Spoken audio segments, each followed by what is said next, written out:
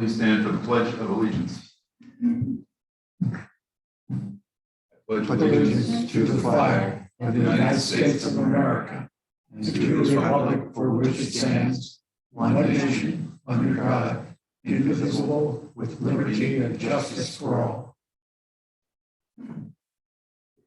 Great. Paul, may we have the roll call of certification form and proof of vote? Okay, we have Matt Barger, Karen Gilmartin, Jim Carter, Steve Burke, Nathaniel Monks, Margie Cassia, and Pat Kepke all present for a full quorum, and notice was posted in accordance for statute. Thank you. May I have a motion to approve prior meeting's minutes? Move to approve. And a second? A second. All in favor? Aye. Opposed? Motion carries. All right.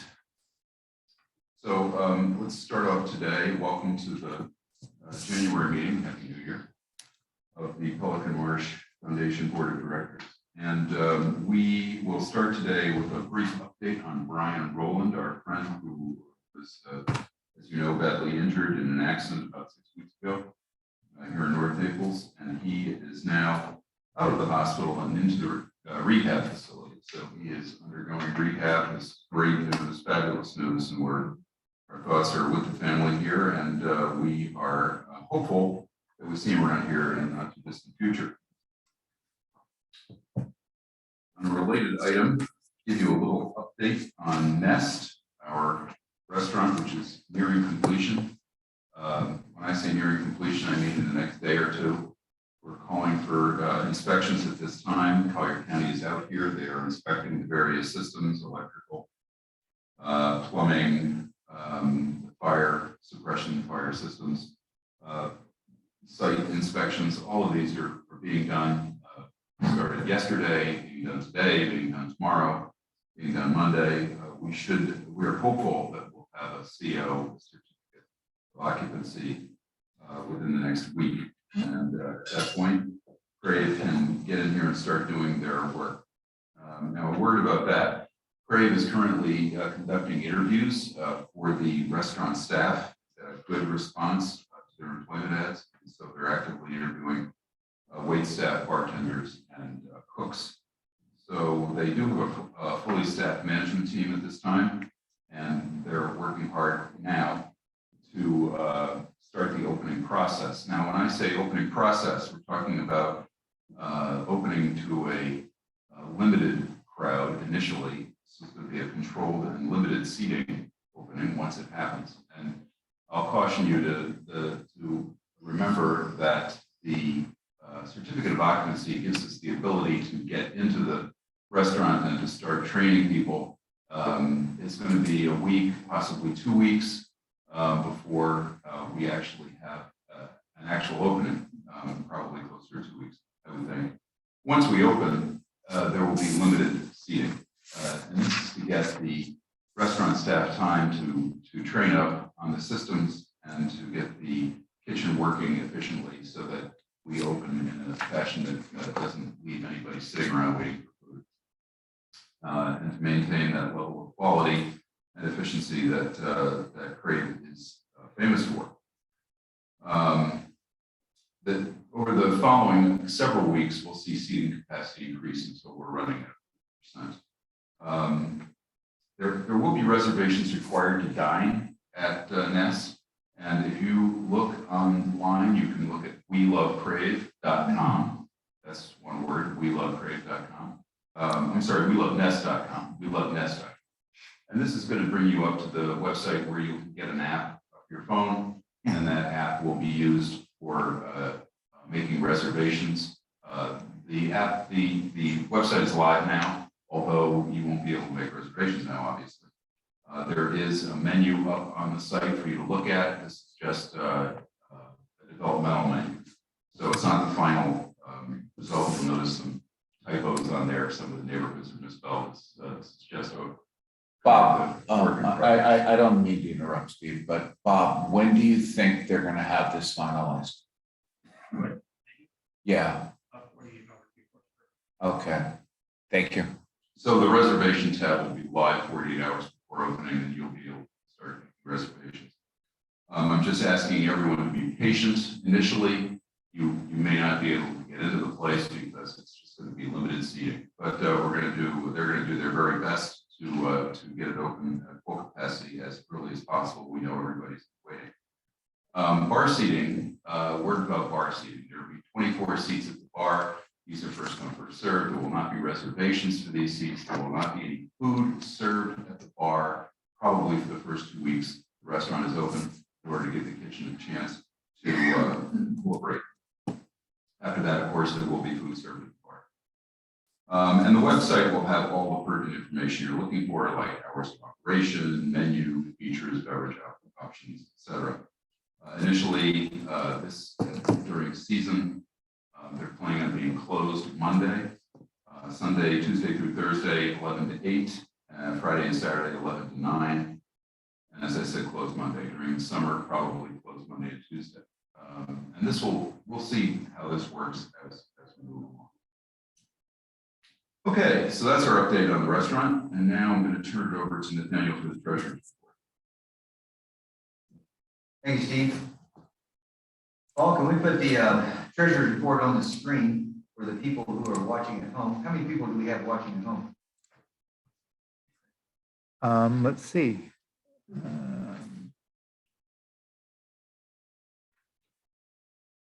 All right, page 1. 8. We are, let's scroll down to a page with more data on it. Sure. Even without organization. Yeah, there we go. All right, so the bullet points, big print, is I'm going to recap last year, 21. Our revenues and expenses were better than budget.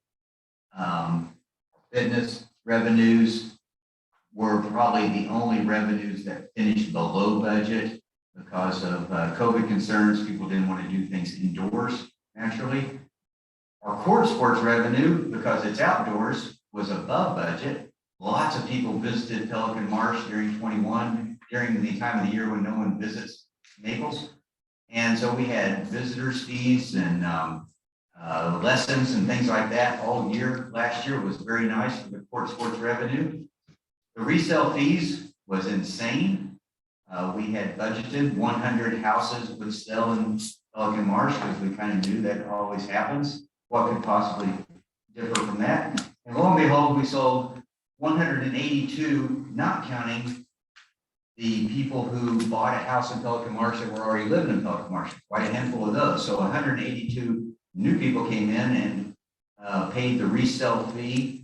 The people who bought a house, of course, in Pelican Marsh that already lived in Pelican Marsh got the resale fee refunded. So we were way over budget because of the real estate market.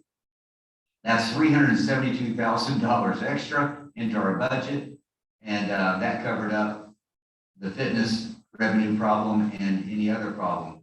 There was some expenses that were greater than would be expected because of COVID. And there was income that was greater than expected because of COVID. But the income was way greater than the expenses. It's nice. Capital fund balance finished at $280,000. We have spent $700 at the end of the year. We had spent $753,000 on the restaurant. There's still more to be spent there. Our capital fund will still be above what we budgeted due to these extra resale fees coming in. Scroll down to the next page, please, Paul. All right, here we're going to see the funds with our balances. I can't see the bottom of your page. Are you on page 2, Paul, or 1? 2. 2, thank you. This is a snapshot here of the 3 accounts where we keep our money. The operating fund is the fund where your HOA fees go into and pays our day-to-day costs. And you can see we began with $462,000 and we ended with $509,000. Our replacement fund, which is where all the items that we own that we expect to someday need repairs or replacement, those funds are kept. Started the year out at 462 and ended the year at 471. We had a study done years ago and it tells us how much to put in there every year.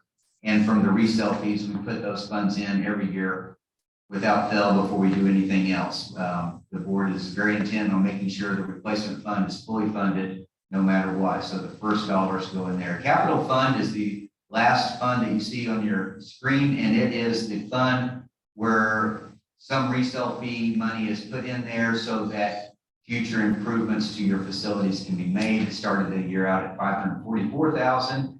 We of course use that fund to buy and build the restaurant. And so we spent a lot of money out of that fund and collected a lot of money into that fund, thanks to all those sales. And at the end of the year, still had 280,000, even though we do know we're going to spend another at least 147,000 on the restaurant. Next page, please. Now there you see the good news that covers up all the bad news. The total resale fees, 187, January through September. I guess all that really matters is the whole year. We're doing the whole year recap. You see on the bottom right, it says 182 the year end total. 210 total houses were sold in Pelican Marsh, about double normal. 28 of those were people just moving to their dream house from their old dream house within Pelican Marsh, 182. And we are guesstimating that next year there will be less houses sold because we started the year out with some inventory and ended the year up with no inventory. You guys thinking about it? We already did. You're done. The food and beverage operation, it gets funded out of the capital mostly. And we had, as you know, there was a COVID that affected everything in the world. And the problems that it caused us and the good things that it caused us were both big, and some of the problems that it caused us were some extra expenses for the food and beverage. As if you have a TV, you know that there is inflation, everything's costing extra. So the amount of money we budgeted to build the restaurant will probably be slightly more than that. But we find ourselves to be very lucky that we're working with great contractors who have kept our costs down, and we're doing really good keeping the costs down.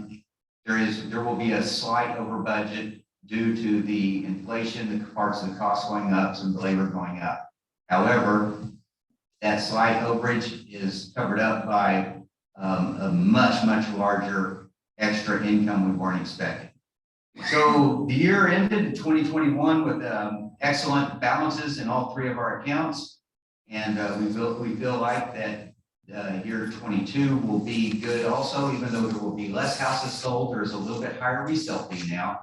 And we don't have such high expectations for expenses next year. So it should be a very good year next year. Thank you, guys. Thanks, Nathaniel. Paul, may we have the foundation manager's report, please? Okay. So we had a busy 2021, and yes, we had some challenges throughout the year. However, I think we accomplished a lot, and I think we're now poised to carry that momentum into 2022. We're off to a good start this year so far. This is the time of year to remind everybody that when the community center starts getting really busy with a lot of members back for season, so we want to make sure that everyone checks out the schedule for the upcoming events and get signed up for those activities before they fill up. We're also encourage everyone to check out all the exercise classes and the clinics that are available in sports and in fitness that are available to the members this season. The CDD meeting was held yesterday. He updated us that the landscaping along Bay Laurel Drive has begun, the improvements along the median, and they also plan to do the gate at Galleria in the weeks to follow. They also covered the schedule for the replacement of the gatehouses. They're hoping to have the final renderings and plans presented at the February meeting, where they will approve the construction contract and move forward, and hopefully have that construction started sometime in late 2022 of this year. We also want to remind everyone that this is the time of year where a lot more people are out riding their bikes, walking and jogging along the roads. So when you're out driving throughout the community, please make sure you and your guests are following the posted speed limit and certainly making full stops at all the stop signs. Our goal is to keep everyone safe this season. For the past few months, we've been reminding in meetings and throughout emails to remind everyone to inspect their homes for any needed cleaning and repairs that are needed. We remind that again, summer rains do cause buildup of dirt and mildew on your roofs and on your driveways and walkways and around your home. And we're just reminding everyone before we have to send out violation letters to get you to move to get this done for this required and necessary cleaning. We would appreciate everyone taking the initiative now, get this cleaning done on their own. Again, our goal is to keep Pelican Marsh looking its best. Again, we want to remind everyone to make sure we have your current emails and other contact information so we can be assured that you're being kept up and informed with all the latest news and information about Pelican Marsh and what's happening around the foundation. Lastly, again, our staff wants to remind everyone we're here to help out in any way we can. We're always open for suggestions and comments, and we always strive to make everyone is having a great experience when they're using the amenities and services in the foundation. And that's my report. Any questions? Thank you, Paul.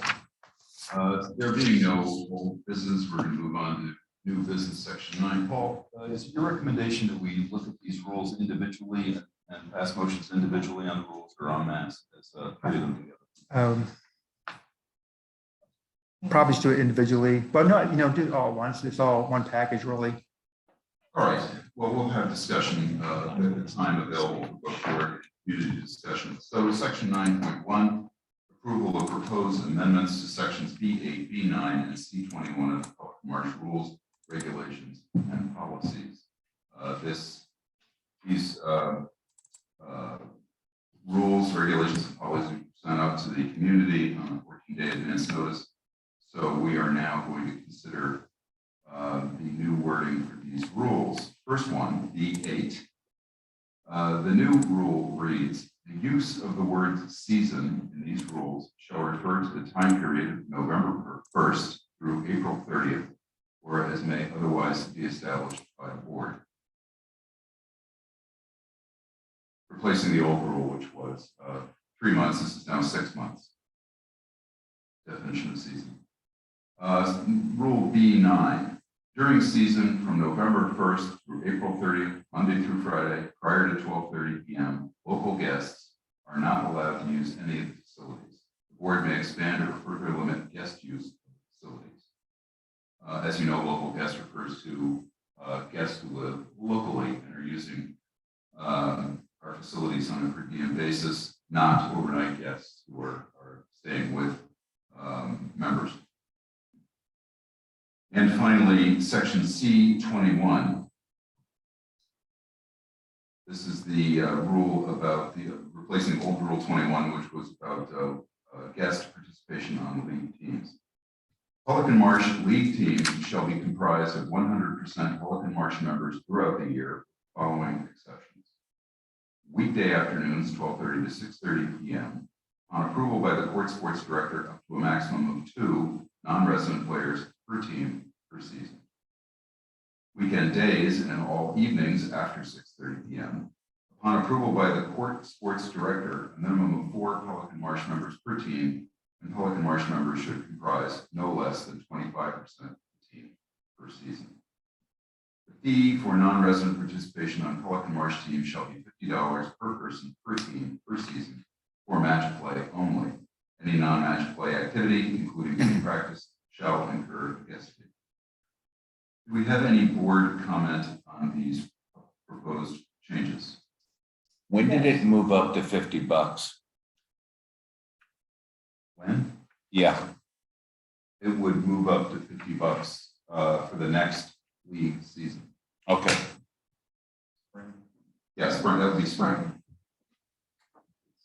I have a question. When we say across no guests before 12:30 across all the facilities and on teams, we don't mention bocce, but it does include bocce, exercise, and court sports. Which specific rule are you referring to, Pat? The one that says Which number? Yeah. C21. B9. Let Pat answer. Pat, Okay. which rule are you asking? I'm asking about, I think it is B9, about the weekday afternoons, 12 to 6:30. Fund court sports director up to a maximum of 2 non-resident players per team. Court director, just his bailiwick, so to speak, is pickle and tennis. Does this apply to other teams like bocce teams too? It does not. What applies to the entire foundation, all the facilities is rule B8. So B8 stipulates that the season is now going to be November 1st through April 30th. And then B9 stipulates that there will be no local guests allowed on any foundation facilities prior to 12:30 in the afternoon. So that would include bocce or any other facility. So this rule C21 is for tennis only. Is there any other questions from the board? No. Thank you. Any questions from the audience? Mr. Solango. I have a question. The rule about after 6:30 could be at least 4 public at March members. Yes. Which theoretically could be either 8 or 10 non-residents on that team. That's true. What about our parking problem? The rest Well, I guess we'll have to see how that plays out. And if it becomes a problem, we're going to have to change that. Or we're going to have to expand parking. We're going to have to face this problem at some point. Right I now, think with guests, no, they're driving. yes, well, we do have data right up to today, but we don't have data for next month. So let's see what happens, and we'll be sensitive to Yeah. the need to change that. Sure, thank you. I just wanted to support what you're saying, Steve, and that is that we're really trying to look at data more than it's been looked at before, and to adjust depending on what we see happening. And I really like that idea because it makes things, we're not written in stone. If things really look bad, we're just gonna have to go back to the drawing board. And I think everyone is cognizant of that. Thanks, Karen. Do we have any community questions, Paul, from the online Check. community? We have one, looks like. Again, who is considered a local guest? I think you defined that again, but it's someone who lives locally here in Naples and is visiting a friend here in Pelican Marsh. Right, that specifically does not include overnight guests staying with members at their homes. Okay, so I think we're ready to call the question. Now, I would like a motion, please, to approve all 3 rules, the new language as written and read into the record. May I have a motion, please? I'll take the motion, yes. May I have a second? Second. All in favor, say aye. Aye. Opposed? And the motion carries. Section 9.2, approval to update policy on allocation of resale fees. Okay, so we talked at length about this issue. This was also sent out to the community regarding an effort by the board to structure the rule that affects the resale fees, resale capital assessment allocations. I'm going to read this new rule now. Effective January 1st, 2022, all funds collected by the resale capital assessment will be transferred into the replacement fund until the level of funding for that calendar year, as called for by the reserve study, is achieved. Once funding for the reserves has been completed, remaining funds received from resale fees will be allocated into the capital fund and operating funds as the board deems appropriate. Do we have any board comment on this issue? Do we have Well, any? as a treasurer, I'd like to say that I really like this rule because what it does is it takes the resale fees and every dollar goes into the reserve fund until the reserve fund is fully funded. And after that, then the board can decide we need this money for this or that, but first things first. So this puts it in hard print. I like it. Agree. Do we have any community questions about the resale capital assessment? Paul, anybody online? No. Okay. Then I would like to call for a motion to approve the new language as read into the record. May I have a motion, please? Still approved. Second. Thank you. All in favor? Aye. Opposed? And the motion carries. Section 9.3, approval of the design review committee written report. Paul? The ERC committee reviewed 2 applications from residents for upgrades and changes to their homes. They're all within our standards, and we're recommending the board approve. Move for approval. Second, yeah. All in favor? Aye. Opposed? And the motion. Do we have any board member comments? I did have a question. Actually, I should have asked it after your report, Steve. I wanted to ask, has the restaurant committee met? Okay, We don't meet at all. are we meeting a lot? We meet every Tuesday, and usually another meeting during the week. Bob and Okay, I just wanted to, they have a construction meeting every Tuesday in Bob. Yeah. I think what Karen's referring to, Mark, is the restaurant oversight. yes, I am. That's coming along. Has. Yeah, we've got to develop that, and I think that we're at that point. We've probably got one more meeting with the construction company before we get our final CO. Just to be clear, these are different committees, right? So the True. OAC or the OAC meetings on Tuesday for construction are different than the restaurant oversight committee, which is what Karen's asking about. So Oh, okay. at this stage of the game, that committee, because the restaurant isn't open and there is no need for oversight, Yes. has not met. Okay. Once the restaurant opens, they'll be meeting regularly and looking at daily and weekly data, and then interfacing with finance committee on a monthly basis to review the accounting reports from the restaurant. Is anybody They will- excited? They will kickstart when. They will the start up restaurant- once the restaurant opens. Got it. Is anybody excited at all about this restaurant? Yes. I certainly am. Very excited. I am so excited. Very. Okay. Do we have any resident comments that we haven't already heard? I'll entertain a motion to adjourn. So moved. Second? All in favor? Aye. We are adjourned.